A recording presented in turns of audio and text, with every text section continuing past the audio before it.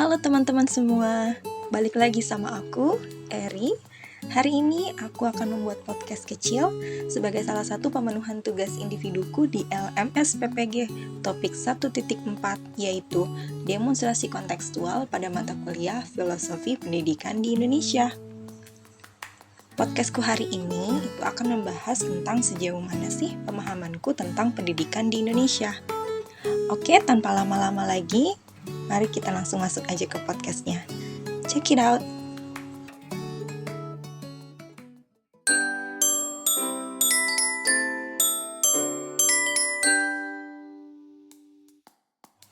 Oke, jadi yang pertama kali di sini aku ingin membahas tentang sejarah pendidikan Indonesia dari pidatonya Ki Hajar Dewantara. Ini buat teman-teman yang belum tahu, Ki Hajar Dewantara itu adalah sosok legendaris di dunia pendidikan. Beliau berperan sebagai tonggak pendidikan di Indonesia. Beliau itu telah memberikan pencerahan kepada seluruh rakyat Indonesia tentang pentingnya pendidikan. Sekaligus juga beliau langsung terjun untuk menyebarkan pembelajaran dengan membangun sebuah sekolah yang dinamakan dengan Taman Siswa di Yogyakarta. Dalam pidato sambutannya pada acara sidang senat terbuka Universitas Gadjah Mada tanggal 7 November 1956, Ki Hajar Dewantara menyoroti sistem pendidikan di Indonesia yang mengarah pada sistem kolonialisme sebagai warisan dari budaya penjajahan Belanda dulu. Sistem pendidikan kolonialisme ini masih berfokus kepada materi dan intelektual. Padahal sebenarnya rakyat Indonesia itu sudah punya identitas sendiri dalam bentuk kebudayaan dan juga adat istiadat sebagai petunjuk yang berharga dari para tetua sebelumnya. Maka menurut Ki Hajar Dewantara, sudah semestinya pendidikan kebudayaan itu dimasukkan ke dalam pendidikan nasional. Nah, pada pidato tersebut, beliau juga menyampaikan sebuah nasihat yang penting bagi saya sebagai calon pendidik dan juga para pendidik-pendidik lain di luar sana. Yaitu beliau berkata, didiklah anak-anak kita dengan cara yang sesuai dengan tuntutan alam dan zamannya sendiri. Nah, selain nasihat beliau tentang anak didik kita, ada satu kalimat penting dari beliau yang saya ingin kutip karena kalimat ini cukup penting, yaitu, sebagai masyarakat yang paling kecil namun yang paling suci dan murni dalam dasar-dasar sosialnya, lingkungan keluarga itu merupakan suatu pusat pendidikan yang termulia.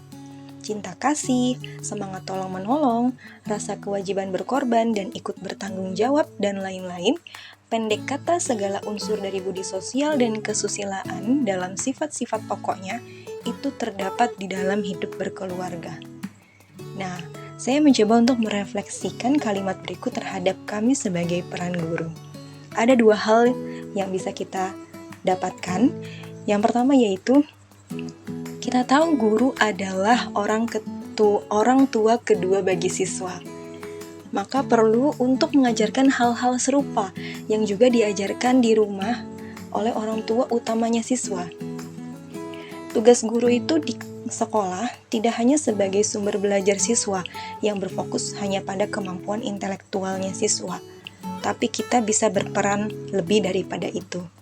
Guru adalah teladan ideal bagi siswa, di mana sebagian besar siswa yang menghabiskan waktu di sekolah akan melihat tindakan kita dan mencontohkan tindakan kita dan mengaplikasikannya juga ke dunia luar.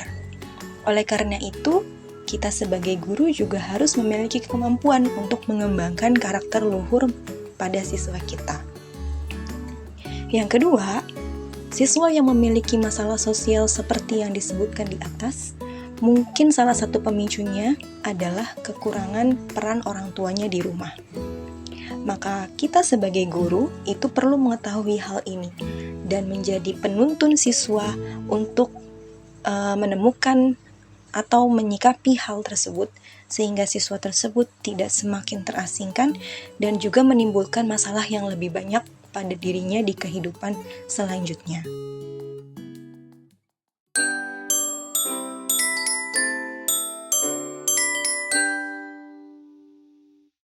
Nah, selanjutnya setelah kita memahami sejarah pendidikan di Indonesia melalui pidato Ki Hajar Dewantara, mari kita bergeser sedikit ke topik yang lainnya, yaitu tentang perkembangan kurikulum nasional.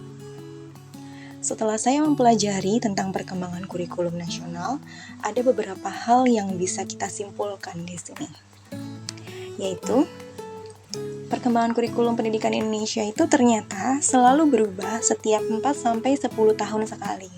Nah, perubahan ini itu disesuaikan dengan perubahan zaman dan juga perubahan generasi yang selalu berubah-ubah dari waktu ke waktu.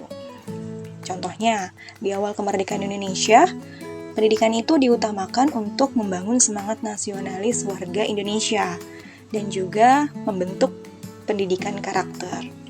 Nah, saat semangat nasionalis masyarakat sudah mulai terbentuk dan kondisi politik di Indonesia sudah mulai membaik, maka pendidikan di Indonesia itu sekarang mulai berkembang ke ranah kognitif.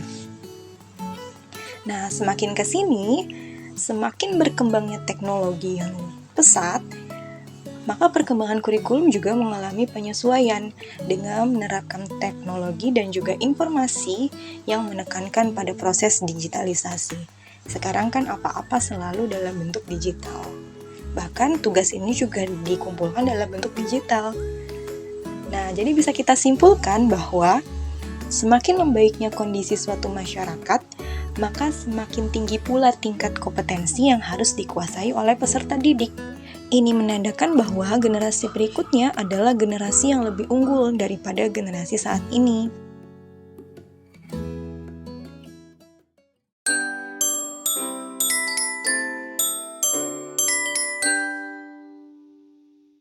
Nah, selanjutnya kita akan membahas tentang praktik pendidikan saat ini yang membelenggu kemerdekaan siswa kita di dua timeline yang berbeda.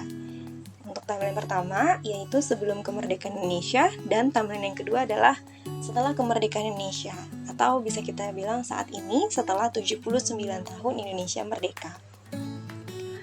Pada saat sebelum kemerdekaan, belenggu kemerdekaan siswa kita itu bisa dilihat dari dua hal. Yang pertama adalah adanya diskriminatif pendidikan bagi warga negara Indonesia. Saat sebelum kemerdekaan, pendidikan di Indonesia itu hanya difokuskan kepada para penjajah kita saja, atau mungkin pejabat-pejabat lokal. Sedangkan pendidikan untuk rakyat Indonesia atau warga pribumi itu dibuka hanya untuk pegawai pemerintahan saja. Bahkan untuk anak-anak saja, mereka hanya memperoleh 3 tahun pembelajarannya juga bersifatnya dasar, hanya bisa membaca, menulis, dan juga menghitung. Nah, yang kedua itu adalah adanya ketidaksetaraan gender dalam bidang pendidikan. Jadi, pada masa sebelum kemerdekaan, perempuan itu sangat dikekang langkahnya. Perempuan itu dianggap tidak boleh berpendidikan. Yang boleh berpendidikan hanya laki-laki saja. Nah, bila kita bandingkan dengan kondisi setelah kemerdekaan, ada beberapa hal yang juga membelenggu saat ini, utamanya pada sistem-sistem pendidikan di masa kini ya. Yang pertama adalah adanya sistem KKM. Nah, sistem KKM ini itu sebenarnya justru malah menuntut siswa untuk lebih berfokus pada penilaian sumatif atau penilaian di akhir saja. Sedangkan siswa tidak berfokus pada penilaian proses. Nah, kemudian yang kedua, kegiatan pelajaran saat ini itu belum bisa memfasilitasi perbedaan yang ada pada siswa, sehingga siswa itu tidak bisa belajar secara maksimal sesuai dengan kemampuan mereka masing-masing. Dan yang ketiga, yang menjadi salah satu belenggu paling besar bagi sistem pendidikan di Indonesia adalah masih banyaknya stigma orang-orang di sekitar atau stigma lingkungan belajar siswa yang mengecap bahwa siswa yang pintar secara akademik adalah siswa yang berhasil gitu. Mereka tidak mempertimbangkan kemampuan non-akademik siswa. Mereka hanya mempertimbangkan kemampuan matematikanya, fisikanya, kimianya, biologi, atau semua pelajaran-pelajaran yang ada di sekolah saja. Padahal sebenarnya mereka yang pintar secara non-akademik itu juga bisa berprestasi.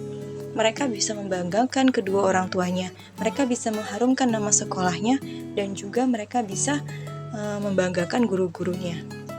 Nah, belenggu-belenggu seperti itulah yang harusnya kita hindari, kita hilangkan, kita ubah sistemnya, sehingga belenggu-belenggu itu tidak terjadi lagi di masa yang akan datang.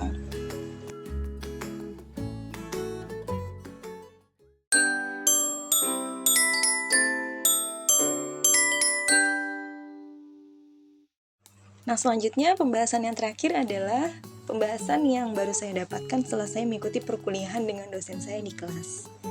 Jadi pada saat itu dosen saya bertanya, sebenarnya pendidikan di Indonesia itu membelenggu atau terbelenggu sih?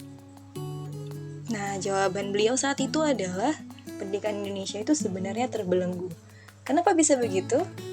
Nah, satu hal yang paling bisa kita lihat adalah karena gaji guru yang rendah. Coba bayangin, kalau gaji guru rendah, gimana pendidikan Indonesia itu bisa maju? Banyak orang bilang pendidikan itu penting. Sampai bisa dibilang pendidikan itu adalah salah satu cara kita untuk bisa menentukan masa depan kita. Bahkan pendidikan juga salah satu cara bagi orang-orang luar negeri melihat kesuksesan negara kita sendiri. Artinya, tingkat keberhasilan pendidikan itu adalah wajah bagi suatu negara. Maka dari itu kita tidak boleh abai dengan perangkat-perangkat pendidikan di Indonesia, termasuk guru-gurunya. Apalagi guru-gurunya adalah tonggak pendidikan. Kalau gaji guru aja rendah, gimana dengan guru-guru di masa depan? Lama-kelamaan gak ada orang yang mau jadi guru. Terus kalau misalnya gak ada orang yang mau jadi guru, siapa lagi yang akan meneruskan pendidikan ini di Indonesia? Nah, baiklah, kita sudah sampai di penghujung podcast kita hari ini. Jadi, penjelasan saya tadi adalah hal-hal yang saya pahami dan juga hal-hal yang sekiranya saya perlu catat bagi diri saya sendiri untuk mempersiapkan diri saya sebagai calon guru di masa depan.